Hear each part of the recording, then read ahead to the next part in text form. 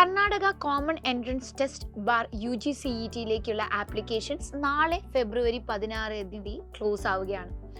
അപ്പോൾ കേരളത്തിൽ ഉള്ള MBBS, BDS, BSc നഴ്സിംഗ് അതുപോലെ എഞ്ചിനീയറിംഗ് കോഴ്സുകൾ കർണാടകയിൽ പഠിക്കാൻ ആഗ്രഹിക്കുന്ന വിദ്യാർത്ഥികൾ ഇന്ന് തന്നെ ആപ്ലിക്കേഷൻസ് ഫില്ലാക്കുക. ആപ്ലിക്കേഷൻസ് ഫില്ലാക്കാനുള്ള വെബ്സൈറ്റ് ലിങ്കാണ് ഇവിടെ കൊടുത്തിരിക്കുന്നത്.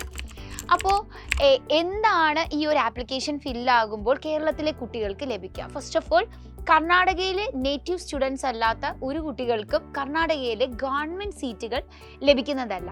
എന്നാൽ 15% വരുന്ന പ്രൈവറ്റ് സീറ്റുകളിലേക്ക് ഈ ഒരു ആപ്ലിക്കേഷൻസ് ഫില്ലാകുമ്പോൾ you are eligible to apply for it. First of all, MBBSന് കർണാടകയിലെ പ്രൈവറ്റ് കോളേജുകളിൽ ശരാശരി 12 lakhോളം ഫീസ് വരുന്നുണ്ട്.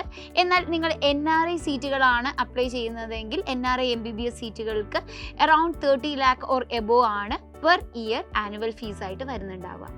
ഇനി BSc നഴ്സിംഗിന് കർണാടകയിൽ പഠിക്കാൻ ആഗ്രഹിക്കുന്ന വിദ്യാർത്ഥികളും ഈ ഒരു ആപ്ലിക്കേഷൻസ് ഫില്ല് ചെയ്യേണ്ടതായിട്ടുണ്ട്.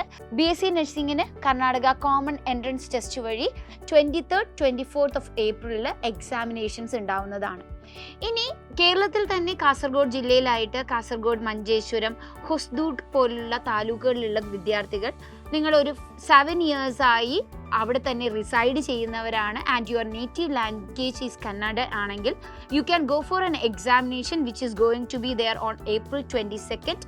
ഈ എക്സാമിനേഷൻസ് വഴി നിങ്ങൾക്ക് റിസർവേഷൻസോടുകൂടി കർണാടകയിലുള്ള പല മെഡിക്കൽ ആൻഡ് എഞ്ചിനീയറിംഗ് സീറ്റുകളിലേക്ക് അപ്ലൈ ചെയ്യാൻ കഴിയുന്നതാണ്. ഇതിനു പുറമെയായി ബാംഗ്ലൂർ സെൻറ് ജോൺസ് മെഡിക്കൽ കോളേജിൽ MBBSന് കേരളത്തിലെ റോമൻ കത്തോലിക് വിഭാഗത്തിലെ സ്റ്റുഡൻസിന് 55% സീറ്റ് റിസർവേഷൻസ് ആണ് അവൈലബിൾ ആയിട്ടുള്ളത്. ഇവിടെ 10% സീറ്റ് റിസർവേഷൻസ് ഹിന്ദു, മുസ്ലിം കാറ്റഗറി സ്റ്റുഡൻസിനുണ്ട്. അപ്പോൾ അതിലേക്കും നിങ്ങൾക്ക് ഇപ്പോൾ തന്നെ അപേക്ഷിക്കാവുന്നതാണ്. ഇവിടെ വാർഷിക ഫീസ് 8 lakhsോളമാണ് വരുന്നുണ്ടാവുക. അപ്പോൾ ഇതുവരെയുമായി നിങ്ങൾ KCET അപ്ലൈ ചെയ്തിട്ടില്ലാത്ത വിദ്യാർത്ഥിയാണെങ്കിൽ ഇന്ന് തന്നെ ഈ ഒരു പെർട്ടിക്കുലർ വെബ്സൈറ്റിലൂടെ ആപ്ലിക്കേഷൻസ് ഉറപ്പാക്കുക. കർണാടകത്തിൽ നിങ്ങൾക്ക് പഠിക്കാൻ താല്പര്യമുണ്ടെങ്കിൽ this is your last opportunity.